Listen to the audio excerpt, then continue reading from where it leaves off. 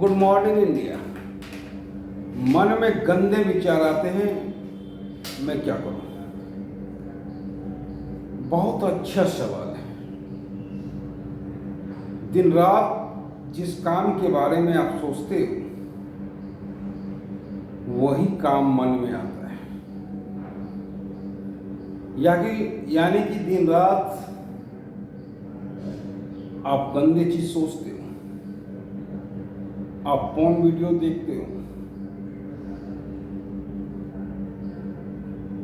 दिन रात आप सेक्स के बारे में सोचते हो, यानी कि अपनी योजना नहीं बनाई हो। आपने अपने आप को नहीं पहचाना है। अगर आप अपने आप को पहचान लेते तो ये समस्या खड़ी नहीं होती। मुझे कभी गंदे विचार नहीं आते क्योंकि मेरा टाइम बांधा हुआ रहता है कि इस टाइम ये काम करना है, और दिन रात मेरे दिमाग पे काम हावी रहता है। जीवन का एक टारगेट है,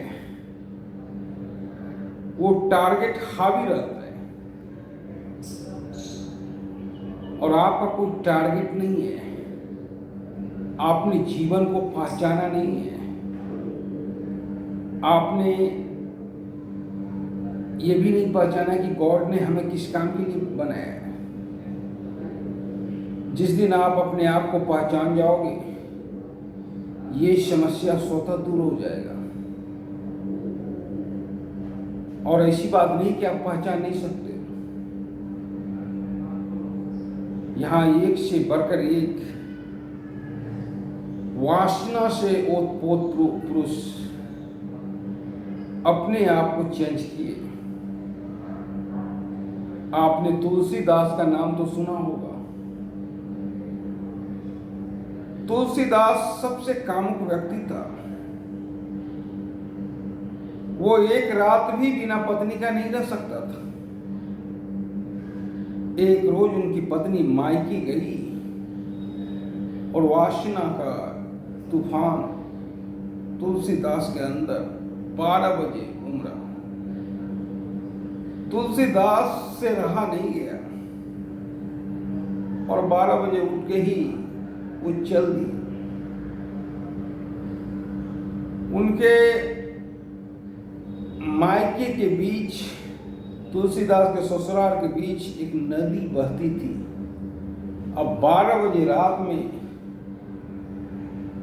नाविक तो था नहीं, एक लाश तैरता हुआ जा रहा था। तुलसीदास को नजर पड़ा, वो लाश को पकड़कर किसी तरह नदी पार की और चुपके से तुलसीदास खिड़की के द्वारा अपने ससुराल में एंटर हुए और पीछे से अपनी पत्नी को पकड़ी। पत्नी चिल्लाई क्योंकि पत्नी को पता था कि तुलसीदास तो घर पर है। फिर पत्नी ने मुड़कर देखा तो पाया तुलसीदास। पत्नी अवाक रह गई और पत्नी बोली, प्रभु जितना तुम मुझे चाहते हो उतना अगर प्रभु को चाहे होते तो तुम कहीं और पर। उसी दिन से तुलसीदास का मोह भंग हो गया अपने पत्नी से, और तुलसीदास ने रामचरितमानस की रचना कर डाला। आपने वाल्मीकि का तो नाम सुना होगा। वाल्मीकि पहले डकैत था। ना जाने वाल्मीकि कितने का हत्या किया, कितने का रेप किया।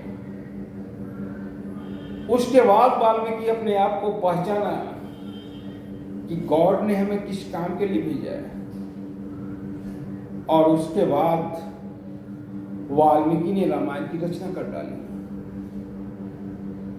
तो ऐसी बात नहीं है कि आप अपने आप को चेंज नहीं कर सकते। आप अपने आप को खोजो कि हमें ईश्वर ने किस काम के लिए इस धरती पे भेजा है। खोजने का छोटा सा उपाय है, जो काम आपको बार बार अपनी ओर खींचे, उसी काम के लिए प्रभु ने आपको बनाया। हो सकता है आप अच्छे पेंटिंग करते हो सकता है अच्छे गायक हो सकते हो अच्छे लेखक हो सकते हो बिजनेसमैन हो सकते हो अच्छे डांसर हो। जो भी हो उसमें दिलो जान से, प्राण से अपने आप को झोंक दो। दुनिया की परवाह मत करो कि दुनिया क्या कहेगा, और 3-4 साल झोंक दो, तब पाओगे कि तुम्हारे मन में अब कोई ऐसी गंदी बात नहीं चल रही है। तुम्हारे मन में हर हमेशा अपने काम के प्रति समर्पण वाली बात चल रही है। तुम्हारे मन में भी एक टारगेट निर्धारित है कि मुझे टारगेट पूरा करना है, और तुम पाओगे 4-5 साल बाद कि आज तुम जिस मुकाम पे खड़े हो, उस मुकाम पर कोई और खड़ा नहीं है। मतलब अपने आप को तुम बदल सकते हो, और बदलने की अगर कोशिश करोगे तो बदल जाओगे। धन्यवाद।